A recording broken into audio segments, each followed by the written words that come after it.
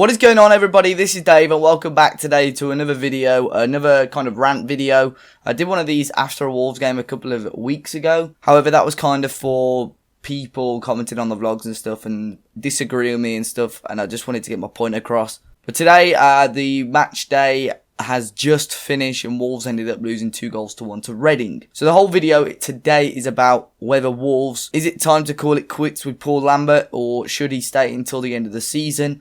Because now we are in real danger of going down. We spent a lot of money this year, and especially with a new takeover, you expect a lot of change. However, there are backroom staff that are currently still at the club, that have been at the club over 5, possibly even 10 years now, that are almost feeling a little bit too comfortable in their positions as staff. And sometimes, you know, when you're struggling, these sort of characters at the club aren't great because they're just too used to being where they are now in their position, really comfy on decent wages. With fresh staff, you know, we've had, probably 4 or 5 managers now, I can't really count, but we've had Paul Lambert, Walter Zenga, we've had Dean Saunders, we've had Kenny Jackett, we've had Solbakken, we've had, you know, Terry Connor, Ivan McCarthy, 7 managers there, and I'm sure at least half of this backroom staff were there when Big Mick was there back in the day. So that's kind of ringing alarm sounds for me already, that these staff members are too comfortable. When we had the takeover, when Zenga came in, we should have got rid of these guys. Maybe kept the likes of maybe Rob Edwards, who was an up-and-coming first-team coach, possibly. But the other guys, you know, Tony Daly, who else is there? Tony Daly, the Pat Mountains, etc. You got to get rid of those guys. Start the whole club afresh. Fosun kind of wanted to keep those same faces around, but for me, now looking back, that was totally the wrong decision. Even when Lambert came in, he would have had his own backroom staff or known a couple of very decent coaches that he could have brought in himself. He kind of, I don't know whether they're trying to do it to keep the fans happy or what, or they just don't want too much hassle. But the whole reason Zenga got sacked was because of these old faces. Just imagine if Walter Zenga, who started off fairly okay before he went on a tiny bad run and lost his job. Just imagine if he got rid of these guys and brought in his own faces, his own staff members. This would have been really interesting to see, because these staff members were the ones that caused his massive downfall, because they didn't really get on and he lost his job because of it. It's almost as if the characters such as Kevin Farewell, who definitely should not be at the club, it's as if he's having an overview of things and saying, you've got to do this, you've got to do that. It's almost as if these managers are not getting their own say. If you look at the transfers that we've made this season, which ones have been decent? All the Portuguese ones that Farewell probably had very, very little to do with.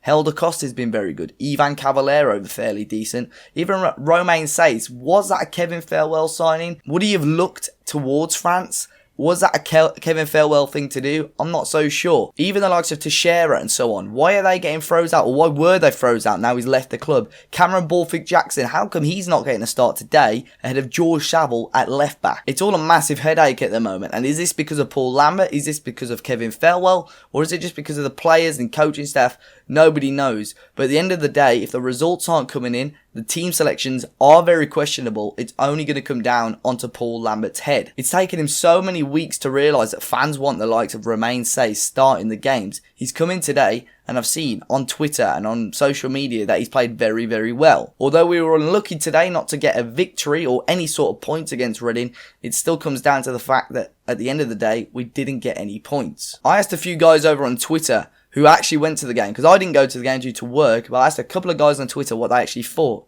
Callum here, he says, unlucky to lose, a point would have been fair. Trouble is, we aren't creating enough chances in front of goals and we're not threatening. That's been happening for the last 2 or 3 years. But the people upstairs, such as your Kevin Farewells, your Jez Moxies, just couldn't get their head around not having a striker.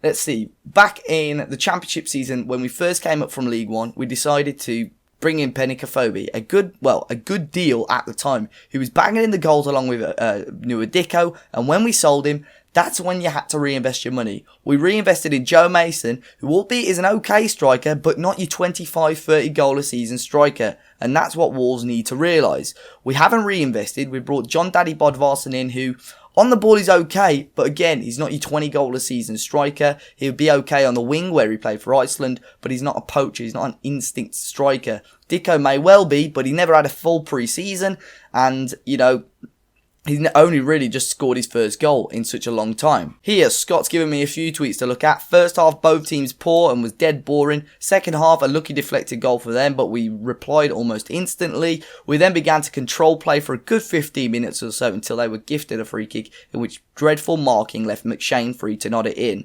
After that, Williamson was wrongly sent off, in his opinion, and we lost all shape, and that was a poor final 10 minutes or so. But this is the thing. Apparently, I'm not 100% sure if this stat is true, Reading have scored 50% of their goals from set pieces. So why is Paul Lambert in training not thought or not got his scouts to look at these stats and say, right lads, we need to focus on defending set pieces, we need to focus on defending corners, defending free kicks. What's going on there? Williamson came in. Apparently today he was fairly solid as well. And it's just a shame that we can't get a consistent running with him. He plays one good game, gets injured. Or in this case today, plays one decent game and gets sent off again. And it's a suspension. Jason says here, on the balance of it, we didn't deserve to lose, but the team selection was still suspect. Goes down to Paul Lambert, obviously. Cody, Saville and Edwards, all rubbish. May I add, again, Savile's never really been up to par in a Wolves shirt. Dave Edwards, okay, he grabs a couple of goals, but his work rate, his defensive work rate throughout the game is very, very questionable. Connor Cody at right back, at times he's okay, but you can tell he's definitely not a defender. And I think I was glad personally to see him back on the team sheet. He did really, really well at Stoke before he got injured. His second tweets here, can't help but feel Bright, Doc and Evans or Price would have swung that game in our favour. Bright, you guys know my thoughts on him. Very good player on the ball, but sometimes lacks his end product. But in games like this, when you're chasing and you need a goal, maybe a bit of a flair from him could really change the game in our favour. Doc again at left back. It's a no-brainer. You've got to start Doc or Borthwick Jackson ahead of George Saville at left back. Evans was okay before his last couple of games. He's gone downhill a little bit, but a very decent player. Jack Price as well can demand and boss a game on his day. Ewan here, EAB skill, said it was a poor first half from both teams. We picked it up in the second, 20 to 25 minutes after we scored. We were on top, but couldn't capitalise. And that's our downfall all the time. We need to take advantage. And this again goes down to the fact that we don't have this striker. We should have put our money where our mouth is. Even back in the Jez Moxie days, we lost Sacco, we lost McDonald, we lost Afobe. Where's that money gone? Why didn't we cash back in on a very, very good striker?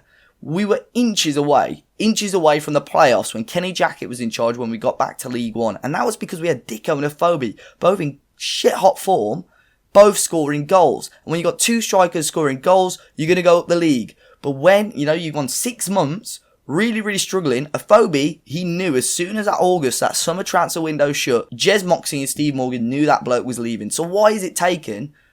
Well, why didn't they think, right, if he's leaving, we need to sort a striker out for January? They never did it, and that was our downfall, and that's why we struggled that last season, and we saw so many draws at home, because Kenny Jackett was scared. If he played how he was playing before, we would leak so many goals, lose so many games, and he would have lost his job way before he did. Overall, though, we haven't spoke much about Paul Lambert himself. Paul Lambert is holding on to his job. I wouldn't be surprised to see a statement saying he's lost his job.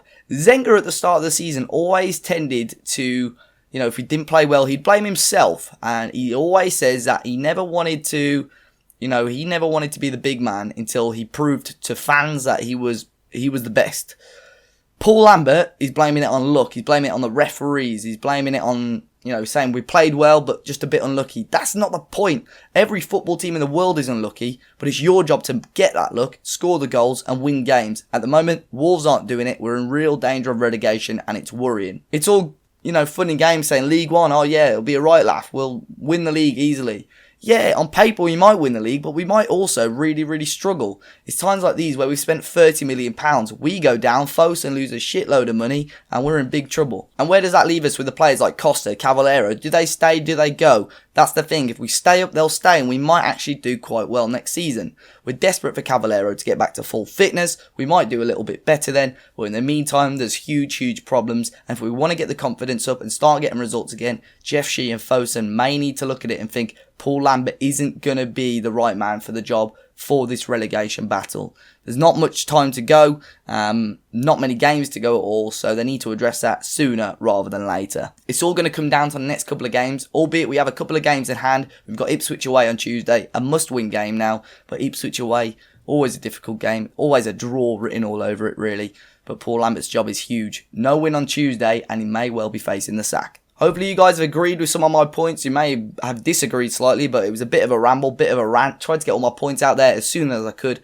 Make sure you smash that like button down below if you have enjoyed the video. Subscribe to the channel if you haven't already. And until next time, guys, enjoy the rest of your day, and I'll see you all soon.